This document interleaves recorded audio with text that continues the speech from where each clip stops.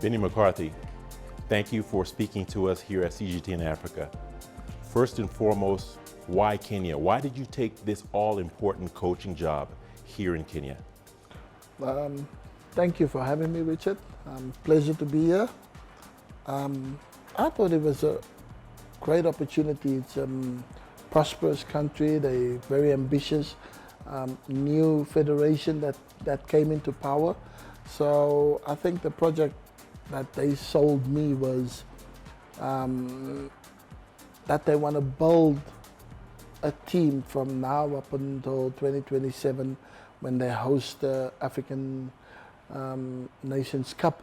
So then they want to be able to compete and have a strong foothold in African football.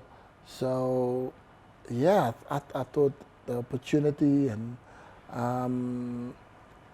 the foundation of football players that they had was really good, and that me and myself and my team, we could make a change and we could get the team ready for 2027 when they are hosting the African Nations Cup, and we could have a strong say in how the tournament unfold and how far we can take Kenya, that where they've never been before, and that looked a decent project to want to attach myself and my team with, and that's why Kenya. So you spoke of change and the prospects for Kenya. Now, you've coached and played in Europe and in South Africa. What have you noticed in Kenya when it comes to, number one, talent, and most importantly, the investment in the game of football in Kenya? Can you give us some striking contrast that we should know about? I think the difference that I've noticed is is quite a lot of raw talent. Grassroots football is not that big yet, where I think that's where you go and find these talents, and then you put them, the investment side of things in football in Kenya. Like I said, but it's a new government and they're trying to change the whole structure and how things work in Kenyan football. So they're starting with grassroots football. So hopefully they can get the grassroots football up and running, so that there can be more talent coming from schools, people coming from the rural areas, also getting opportunities to play football, so that there can be a pathway for them to get to the level where we are now, where we're coaching, and that is at national level. So that's a change. But I think the infrastructures of stadiums and football fields has to be a little bit more, because you can have so many fantastic, talented players, but if you don't have the right infrastructure, the right equipment, the right fields, then the talents are somewhere, they're not gonna reach their full potential, because you don't have the best football stadiums. Because in Europe and in America and South America, these football players are all being provided with the best stadiums, the best football fields, the best training grounds, and that's why their talents are being exploited, and then they get to go to major teams in Europe because they have the best facilities, whereas in Africa we have a lack of that. But hopefully, as time goes by, we start investing more. Now we getting a brand new beautiful stadium. So once the Talanta Stadium is completed, then I think Kenyan football will be on the up, because players would have fantastic surfers, beautiful stadium to showcase their talent, and and it just be a big benefit to players, but to the coaches like myself and my team with the national team. Okay, Benni, let's talk about the subject of talent, and I want to give you your flowers now that you're in front of me. You have swagger, you have confidence, and you struck terror and fear in the hearts of the opponent, including myself when I was rooting against Bafana Bafana. So, Benni, what does it take for Kenyans to play at your level? And how do you plan to inject your DNA into the Kenyan national squad? And will that be enough to qualify for the World Cup? Yeah, interesting. I think the World Cup will be very difficult for us. World Cup 2027 in United States, in Canada and Mexico. For us to qualify, very difficult because the point gap between the first and fourth where we are, Ivory Coast is top of our group and they had a head start over us. Like myself and my team, we came in and we straight away, we had 2 matches, we drew one and we lost one, unfortunately, to the second team in our group. So now that kind of sets us back a little bit, but we tried our absolute best to try and give the country something to celebrate and that, and unfortunately losing to Gabon kind of sets us back massively. But I like to say a team should be the reflection of the managers, the coaches. And if the coach lives by this code, then that's the kind of way you work and you work your team. So that's the goal. So everybody else that's in our team, in our camp, they know that's how we are. We have an arrogance about us, but we also still very humble and respectful. But when it comes down to us or you winning the game, then it has to be us because we just have that aggression, that bit of extra about us that we want to win. So we try and install that into Kenyan and Kenyan football. Let's talk about your career, though. Benni, what stood out for you? If you had to choose one accomplishment from your career, what would you say is a standout moment for Benni McCarthy? I know, I think the most obvious one that stands out is winning the Champions League with Porto. But for me, the most standout one was signing for Ajax Amsterdam because my life was in South Africa.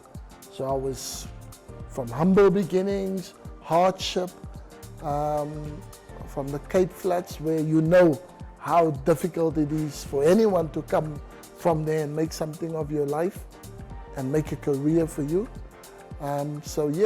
So for me to be able to have that mindset, that ambition, that ability to withstand whatever comes my way, nothing's going to stop me from reaching where I want to be, and that's to be a professional football player, to reach European football, to a team that's won the Champions League the year before that with global soccer football stars from the Netherlands, and then you joining that team from just a local boy from Cape Town. Mm-hmm. So that, for me, that's the standout moment, I would say, in my career. So Ben, let me ask you this. Africa has no shortage of challenges and hardship. Why do you think we don't have more Benni McCarthys coming out of the conveyor belt in countries all over the continent? Opportunities doesn't come as easy for Africans or on the continent as it is in Europe. Like I said, the infrastructure, financial well-being is massive. It's massive. Like in Europe, you get kids, you're good enough at 8 years old, you go into an academy, you have everything provided for you.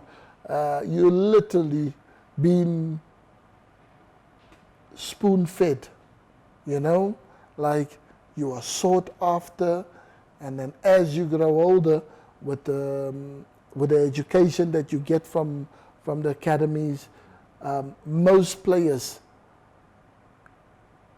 bound to become Premier League players or La Liga players or Serie A. So you end up making it because the pathway has been pretty smooth when you join an academy and there's a good education, so you've got everything you need. You are being taught to play football in the right way, to live in the right way. Whereas in Africa, we don't have that guidance. It's like, some kids don't have anything to eat. So how do you look after yourself nutritionally wise, maintaining to have the best physique, and that you need to play at your highest level when you've not had food probably the whole day. Africa is just being deprived, and it's not structured well, and it's not run as well as the European leagues, and that's why they will always be ahead of us, because they have that structure, they have that where they give their kids an education to make it into football through academies and playing and living football the right way. Whereas in Africa, we're not there yet, because Africa is just, There's room for improvement. So let's talk about your home country, South Africa. Sundowns, the Pirates, and Stellenbosch have done extremely well. They're on the rise. They're on the up and up in continental African football. What's the reason for that after so many years of disappointment? The league is run fantastically. It's very organized financially. It's very lucrative for the teams as well. So I think teams now, they can afford to pay players decent wages, and that they don't need to go abroad. Now you can make a living playing in a South African league for a South African team and have a good life. But so the league has become very competitive, and lots of competitions, lots of great players coming through, young generation of players coming through, being given opportunity.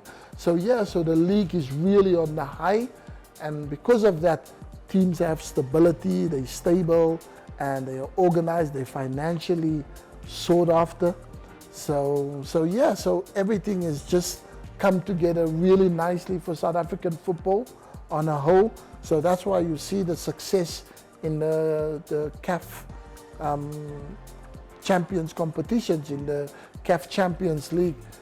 Pirates finishing top of the group, and then they had the almighty Al Ahly in there. Al Ahly had to ask for second place. And then on the other hand, then you have the South African dominance team, Mamelodi Sundowns, where financially they are sought after. And then you've got Stellenbosch that's also done amazing. It came out of nowhere, good stability that the team has, and the success is shining through. So good. And for South Africa, very happy that my country finally is settled and they're reaching the heights where they're supposed to. All right. So Benni, my next two questions, you've got to take yourself out of it. I'm asking you who the greatest African football player of all time is, and you got to take yourself out of this one. Not that I would even be in that conversation, but I appreciate the confidence you have in me. This is a tricky one. Because my generation, there was some outrageous African players. Your JJ Okocha, Nwankwo Kanus. I can never forget my teammate Sunday Olise, for me, one of the greatest African players of all time, and someone that I learned to love. And I would love to say Sunday, but I don't think that would be justice to Africa. You had the likes of George Weah that I could put in there, Abedi Pele from Ghana,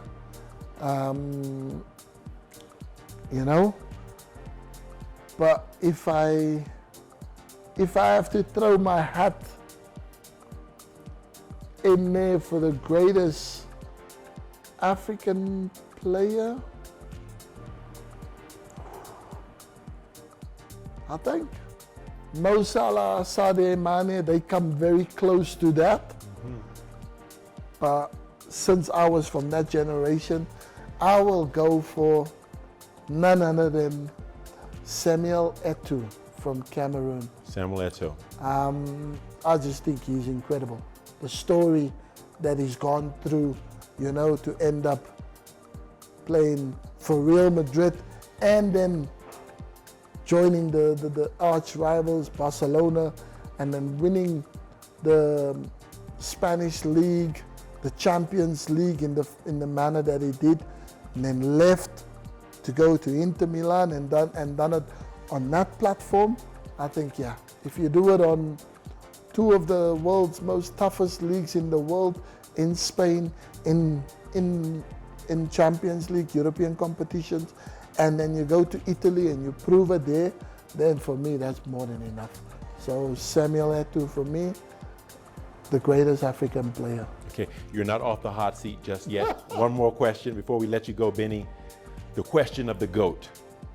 Cristiano Ronaldo or Lionel Messi, if you had to choose one, who would it be and why?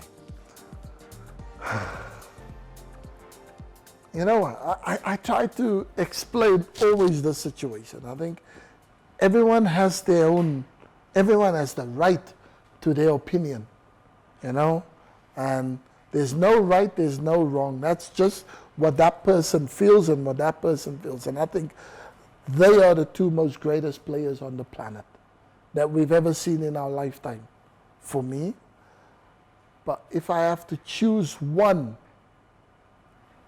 as much as Lionel Messi is just the most natural, gifted, talented player, I'm someone who loves a player who works hard at his craft and never give up, you know, knowing that you're never going to reach a certain level of certain players, but because you are relentless in the way you work, and then you surpass the players that you didn't have the right to reach.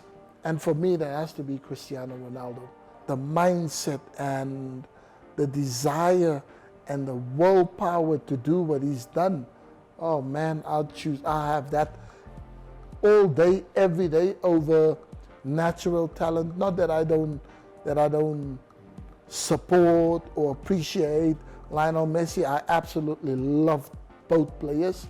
But if I have to give you one, and my reasons why, I think Cristiano Ronaldo, just based on sheer willingness to win and mentality and just relentless work ethic, dedication, sacrifice, to be able to sacrifice a life of football that you have and just purely dedicated to that sport is unreal.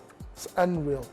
So yeah, for me, Ronaldo, Cristiano, good friend of mine. In my eyes, the greatest footballer of all time. All right. Benni McCarthy, you are officially off the hot seat. Thank you for speaking to us here on CGTN Africa. It's an honor. The honor and the pleasure was all mine, Richard. It's been nice, and hopefully we can do this again. Certainly. Thank you very much.